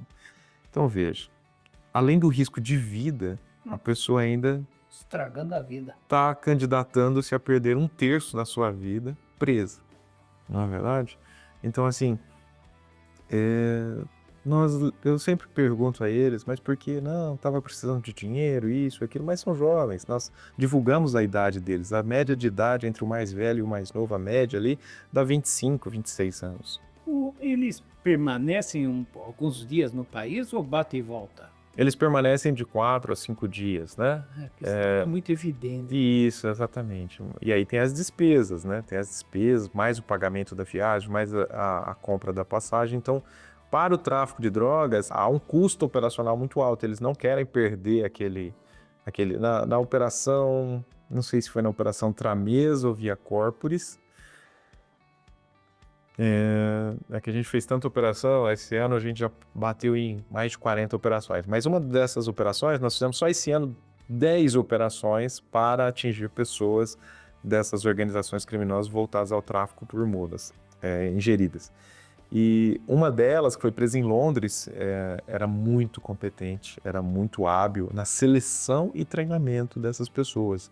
Passar por um aeroporto não é tão simples pela fiscalização do aeroporto, então essas pessoas têm que receber o treinamento. Normalmente são pessoas que não estão acostumadas a esse tipo de viagem. Então, assim, nós pegamos alguns casos que a pessoa falava 2 línguas e tal, né? Por uma questão de formação, e isso é muito bem quisto por eles, porque é uma forma de facilitar a tramitação por ali, mas os policiais federais estão preparados para esse tipo de entrevista, né? E aí um dos presos disse o seguinte, que ele não tinha medo da cápsula, se romper. O receio dele era a entrevista, pela qual eventualmente ele passaria. E aí um dos presos disse que ele tinha desistido nos últimos casos. Ele já tinha ido 4 vezes e tinha desistido porque a entrevista estava ficando muito pesada e ele não estava conseguindo passar pela entrevista. Então já estava preocupado, porque você vê o histórico da pessoa de viagem, você está indo a trabalho, Bom, se você está indo a trabalho, então eu vou dizer qual é a empresa que você trabalha, qual é o negócio, qual o que você está indo fazer, um workshop, você está indo participar do quê, tal, não sei o quê, e a pessoa tem que ter resposta para tudo, onde você vai ficar, onde vai ser o evento, que hora que vai ser o evento, tem um folder aí e tal, não sei o quê. Eu estou indo a passeio, mas você vai a passeio, é a 4ª vez que você está indo para o mesmo lugar, o que você vai visitar, o que você não visitou, por que você não está indo para outro lugar, e perguntas que vão, obviamente, serem feitas numa entrevista normal. Todo mundo passa por essa entrevista? Não. Algumas pessoas com alguma suspeita na sua mala, né? Pode ser pelo cão farejador, pode ser pelo sistema de detecção. Algumas pessoas que estão... Existe a inspeção aleatória, é muito importante que as pessoas saberem disso, que a inspeção aleatória às vezes escolhe uma pessoa.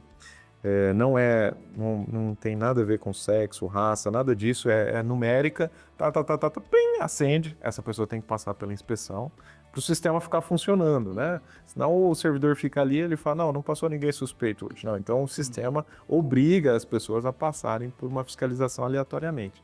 Então, é um trabalho muito bem feito pela Polícia Federal e é um trabalho também que exige por parte do tráfico uma preparação, não é tão simples assim, né? Que não basta só engolir. Você vai ter que passar pelo sistema, né? Uma contenda. Exatamente. Na verdade, é sempre uma disputa de quem está à frente, né? Se é a segurança pública ou a criminalidade. A criminalidade vai aproveitar, ela vive de brechas do sistema e vive de tecnologias que ainda não são empregadas pela sociedade comum ou legalizadas. Então, é uma disputa ali para ver quem está mais bem preparado. Nesse momento, o que nós podemos falar sobre Viracopos é que a Polícia Federal está muito bem preparada e não é balela nem conversa, né? Já que os números estão aí expostos para os senhores. Bem. Doutor, o senhor falou do começo de carreira de uma filha, tem mais filhos? Não, só uma filha. Esse desafio era muito grande. Minha mãe criou... Jovem, né? até uns 30 anos, não jovem, mas no tempo certo, né? Eu diria que aos 30 anos você tem... Tá com quantos anos? 21, e eu com 51, né? E ela nasceu no dia 7, eu nasci no dia 8, né? Então, assim, ela fala, agora ninguém lembra do meu aniversário, é só o aniversário dela, né? Então, assim, foi ser pai é uma experiência extraordinária, né? Recomendo a todos, mas eu gosto de que as pessoas não tenham ilusão, não é um mar de flores, né? São preocupações, são ansiedades, não vem com manual, não importa se você teve 10 irmãos, se seu pai foi um bom pai, se seu pai foi um mau pai. Eu não vou ser como meu pai foi. Aí você vai descobrir. Diz que ninguém é bom filho, a não ser quando se torna pai, né? E a gente descobre todos os sacrifícios que os pais fizeram, as coisas que você tem que abrir mão. Então, recomendo a todos terem uma família. Recomendo a todos terem um filho.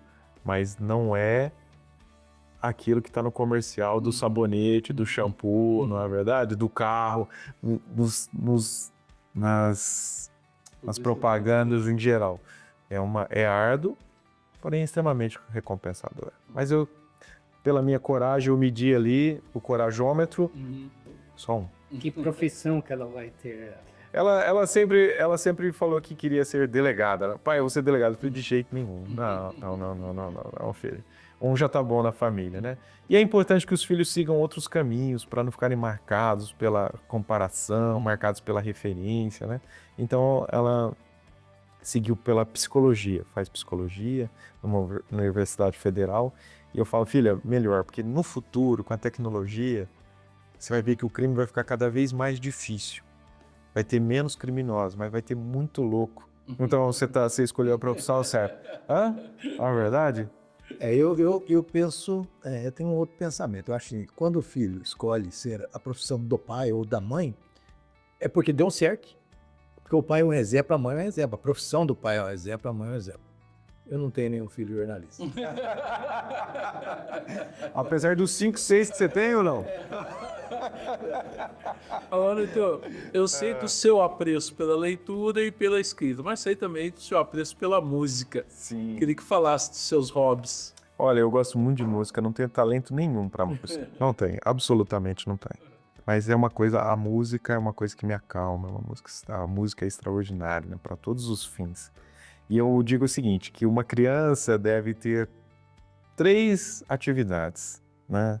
Os pais devem providenciar e não depende de dinheiro, não depende de nada. Uma é a música, que é uma linguagem própria de desenvolvimento. A outra é a literatura, que é a oportunidade de você viver várias vidas sem precisar viver os erros de outra. E a terceira é a atividade desportiva para desenvolver a questão locomotora. Então, uma criança tem que ter essas 3 atividades. Hoje, as crianças estão muito ligadas à tecnologia e, por isso, gastam horas na frente das telas e tal.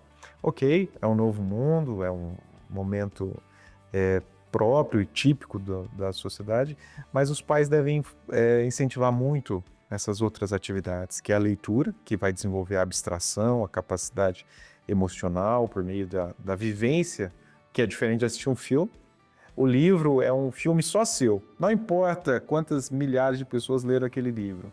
A sua leitura é o seu repertório. Você, inclusive, vai assistir um filme e vai falar assim, caramba, esse não é o personagem que eu imaginei, esse não é o meu livro, não é? Por isso que as pessoas reclamam tanto das adaptações de livros, né, de roteiros adaptados ao cinema. Hoje não vi uma que deu certo. Eu também não. Tem umas que eu nem tive coragem de assistir, embora toda a produção, porque eu digo assim, eu vou me decepcionar, e assim, vai estragar a minha leitura. Por exemplo, quem leu Papillon, de Henri Charrier, né? No mesmo o filme Dusty Hoffman ali, todo o pessoal ali, ninguém... É o Steve McQueen que fez o Steve McQueen. Cara, são personagens, são homens extraordinários do cinema, mas não tem como ser o Henri Charrier do livro de Papillon, não é verdade? Com certeza. Don Quixote, quem leu Don Quixote de Miguel de Cervantes vai saber assim, não tem como criar aquele personagem no cinema, não A é? última decepção foi 100 anos de solidão. Ó, não vou falar nada, mas eu li o livro 2 vezes e aí eu vi a capa e eu falei assim, eu não vou assistir. Eu não vou assistir, não vou assistir, a sério. Eu não assisti, não sou nada contra, não estou fazendo apologia, não estou fazendo propaganda. Mas eu nem assisti, eu falei, porque quem leu Gabriel Garcia Marques, 100 anos de solidão? E ele já era contra virar filme. Não tem como. Não tem como. O fuzilamento na praça, né? E aí, como é que você vive aquilo? Depois ele volta, não tem nada, né? Aquele mundo fantástico, né? Mas existem diretores literários. Por exemplo, Guilherme Del Toro, quando O Labirinto do Fauno. Né? Aquilo é uma literatura, não é? Uma simples formalidade de Giuseppe Tornatore, né? Aquele filme é um dos melhores filmes que existe no cinema, né? E tem o caso do Laranja Mecânica, né? Que se tornou à parte, ele se tornou até o autor, eu esqueci o nome dele. Não, o diretor Stanley Kubrick, né? Do filme. O ator, o diretor, na verdade, ele recebeu um diagnóstico de morte, né, de 1 ano. E aí ele começou numa escrita frenética para acabar antes desse 1 ano, depois ele descobriu que estava errado. Mas o Kubrick se apropriou do Laranja Mecânica porque ele criou uma nova, ele criou uma versão diferente. O livro é uma coisa e a obra era uma obra de qualidade completamente diferente. E na época nem foi tão bem recebido, se tornou cult depois, né? Por exemplo, Herman Melville, né, que escreveu Moby Dick, que o pessoal acha que é uma obra de criança. Nada a ver. Acabou com a vida dele. Né? Ele se tornou alcoólatra por causa desse livro, acabou com a carreira dele. Né? E então, assim, Miguel de Cervantes, que morava em cima de um bar com as 2 irmãs, perdeu as 2 irmãs, tal. A literatura é um mundo que as pessoas não devem ignorar e devem se dedicar. Machado de Assis, Nelson Rodrigues. Machado de Assis, vamos falar sobre Machado de Assis. Quando ele escreve três contos, um que é livro ou conto, que é O Alienista, que eu acho extraordinário. Quando o barbeiro começa a levar a revolução, você tá rindo, né? Começa a levar a revolução para um lado, ele falou, não, isso aqui tá me dando poder, deixa o alienista lá. E a Câmara de Vereadores resolve legislar a alienação, dizendo, ok, nós somos imunes. Né? Em 1850, extraordinário o Machado de Assis ter escrito isso. Eu falei assim, cara, esse cara é extraordinário. Bom, mas tem 2 contos de Machado de Assis que eu recomendo para qualquer um. É a Igreja do Diabo, né? Que o diabo vai até Deus e diz que vai montar uma igreja. E aí a primeira coisa que Deus pergunta, você veio aqui me pedir autorização ou você veio me comunicar? Né? E é sensacional, não é? Porque os anjos não dão a mínima para ele monta a igreja do diabo, você pode pecar, fornicar, adulterar, tal. Você pode cometer todas as atrocidades da humanidade e fica cheia. Só que aí vem a grande virada nesse conto, né? É extraordinário, né? E a outra é a segunda vida, né? Que o cara morre, segundo ele disse, né? Conversando com o padre e fala assim, eles falam, você tem que voltar porque você é a milionésima, tal vida e você tem que voltar. O cara, não vou voltar não, já morri, já passei, tô aqui. Não, você tem que voltar. E ele fala assim, e ele é tido como louco, né, no livro. E a forma como Machado de Assis, que era muito materialista e ambíguo, ele fala assim, tá bom, eu só volto se eu nascer sabendo tudo. Né? Lembra desse conto? É sensacional. Então esses 2 contos são extraordinários. Agora, não tem como passar sem ler A Morte de Ivan Ilitch, de Tolstói, né? Que começa pela morte dele. Então, assim, a literatura não deixa as crianças se entediarem com a literatura. É preciso que elas aprendam a amar, a gente aprenda a conhecer a literatura. Bom, música, literatura, cinema, a arte em geral é uma forma que deve ser desenvolvida por todas as pessoas.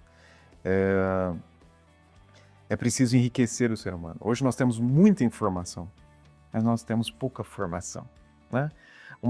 Não é porque os jovens têm muitos dados na cabeça que eles sabem lidar com esses dados, não é verdade? Então, para lidar com a informação, você precisa formar o ser humano. E não tem como formar um ser humano completo se não for por meio da arte, né? E aí o Ferreira Goulart que fala isso, né? A arte existe porque a vida não é o bastante, não é verdade? Então, você falou sobre a música. Eu sou um diletante, toco muito mal, não toco na frente de ninguém. Eu sou um Só do papai. nem do papai, eu sou um fumante, um fumante envergonhado. Sabe aquele cara que se esconde para fumar? Eu sou o cara que se esconde para pegar o violão, tal, não sei o quê. Bom, beleza. Esse é meu amor pela música. O seu gênero predileto é o rock? Melodias. O que significa isso? Eu vou gostar tanto daquele sertanejo raiz, adoro. Gini Gina, Teodoro Sampaio, Milionários é Rico, adoro esse Chitãozinho Chororó lá atrás, Leandro Leonardo. Né? Isso, country, né? Country já tem uma americanização, né? O sertanejo raiz.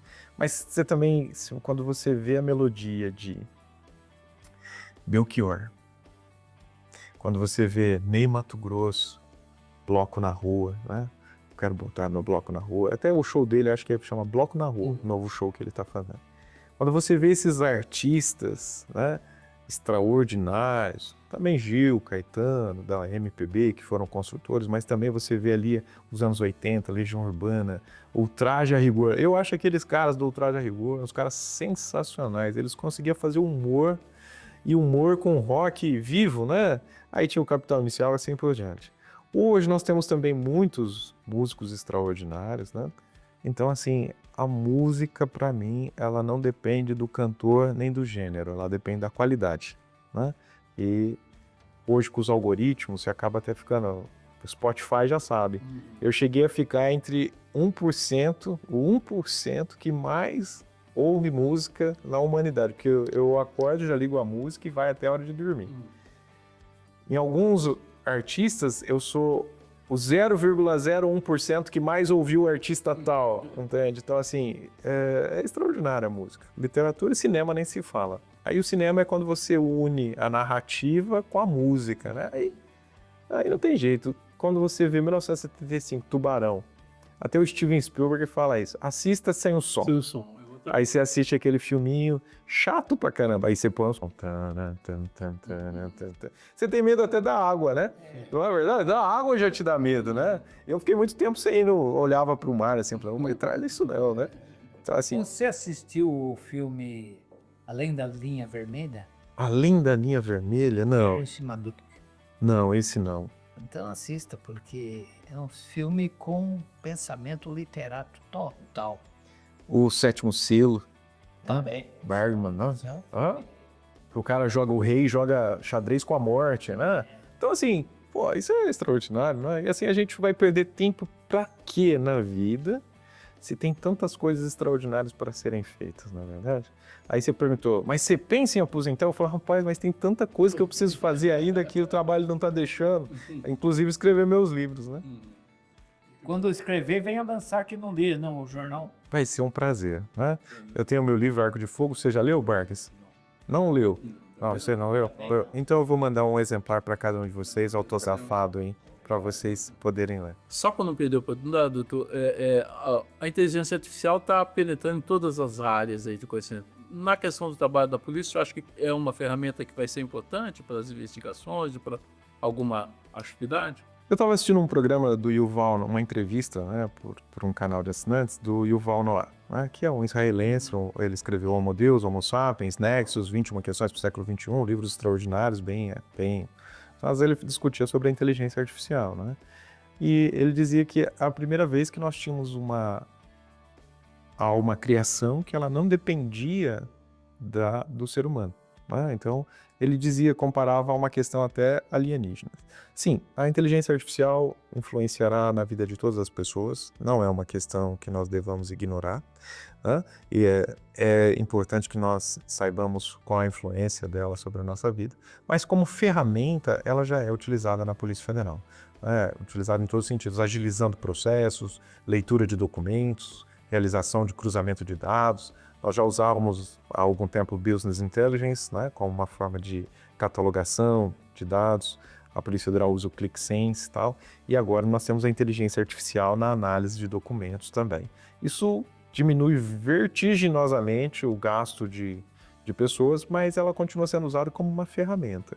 E vai continuar sendo usada cada vez mais, adequando o que nós falamos aqui, né, que há uma contenda, como o senhor disse, né, uma disputa entre o crime e a sociedade, para quem domina a tecnologia que vai realmente driblar a situação ou superar a situação. E a inteligência artificial é sim uma ferramenta que a Polícia Federal tem desenvolvido e aplicado aos seus processos. Perfeito.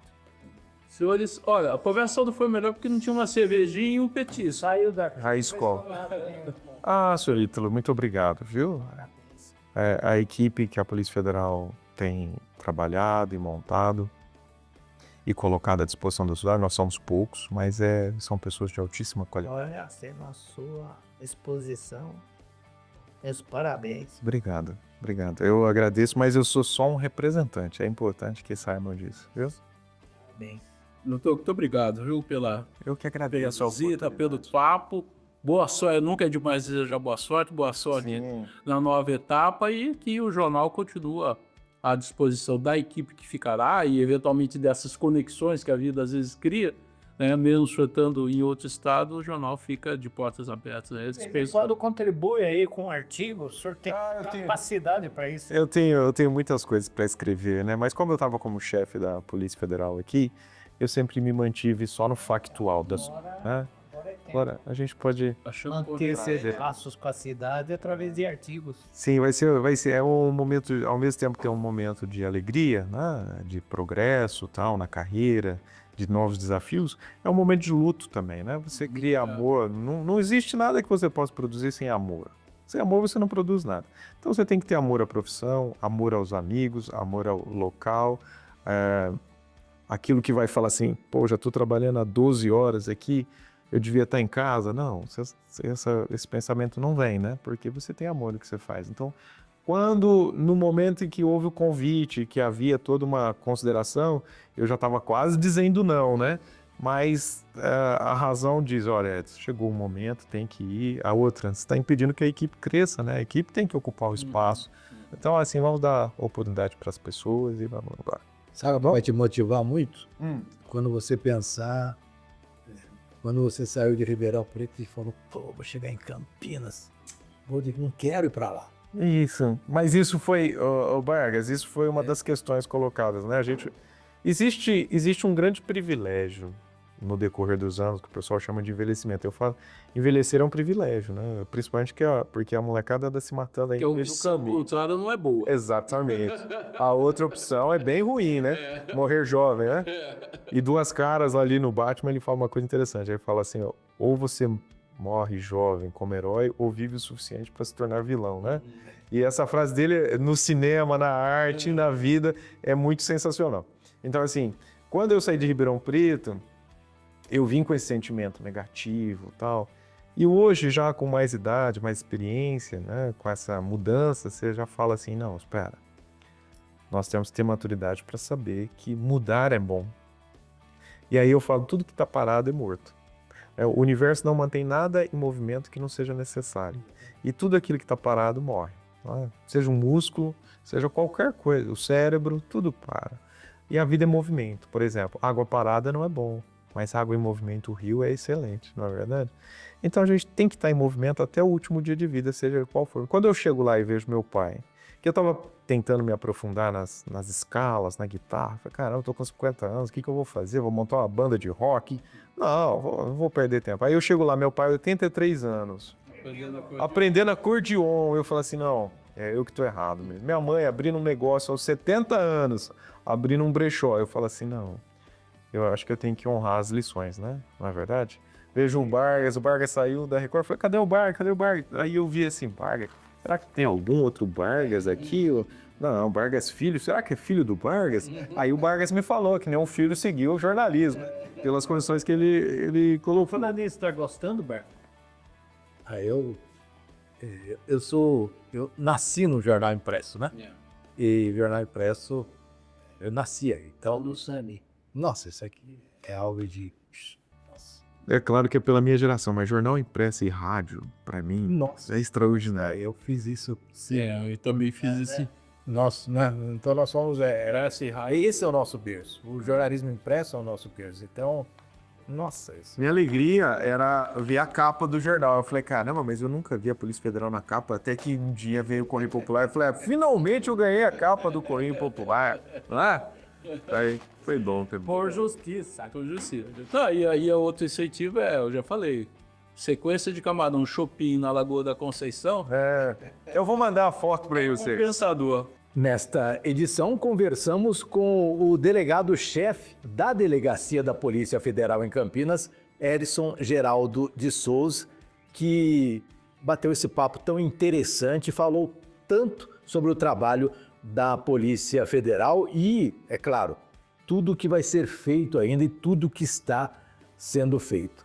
Você pode se inscrever no nosso canal no YouTube e acompanhar sempre aqui os nossos bate-papos, as nossas entrevistas.